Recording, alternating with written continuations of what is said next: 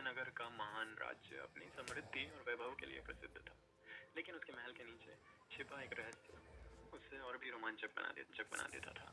कहा जाता था कि वहाँ अश्वत्थामा का श्रापित खजाना छिपा हुआ है, जो राज्य को कई शताब्दियों तक समृद्ध कर सकता है परंतु जो भी इसे खोजने गया वह या तो गायब हो गया या पागल होकर लौटा।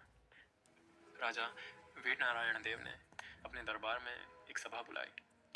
मुझे इस खजाने का रहस्य जानना है, उन्होंने कहा। प्रधान पुरोहित ने चेतावनी दी। महाराज, यह खजाना श्रापित है। परंतु राजा ने इसे अंधविश्वास मानकर अनसुना कर दिया और अपने सबसे बहादुर योद्धाओं को खजाना खोजने का आदेश दिया।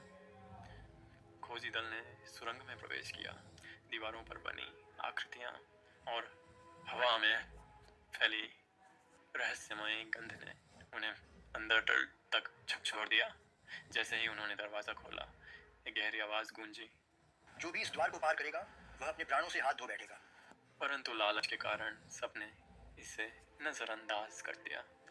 जैसे ही उन्होंने दरवाजा खोला, उनकी आंखों के सामने सोने चांदी के सिक्कों के ढेर और दीवारों पर जड़े हीरे चमक उठे।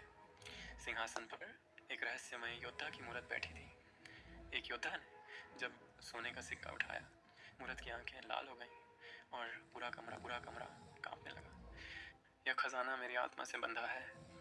अचानक अंधेरे से सैकड़ों आत्माएं प्रकट हुई। एक एक करके आत्माएं खोजी दल के सदस्यों को पकड़ने लगीं। जो भी भागने की कोशिश करता, वह रहस्यमय तरीके से जमीन में समा जाता। उनकी चीखें महल के ऊपर रही तक सुनाई दे रही थी, लेकिन कोई उन्हें बचाने नहीं आया। कुछ ही पलों में पूरा खोजी दल गायब हो चुका था। जब यह खबर राजा वीरनारायण तक पहुंची, तो उन्होंने स्वयं खजाने के पास जाने का फैसला किया। जैसे ही उन्होंने सुरंग में कदम रखा, उन्हें ऐसा लगा जैसे किसी ने उन्हें जकड़ लिया हो। उनकी आंखों के सामने अंधेरा छा गया और वह जमीन में समा गए। आज भी वह खजाना महल के नीचे बंद पड़ा है और कोई नहीं जानता कि राजा और खोजी दल के लोग कहाँ गए।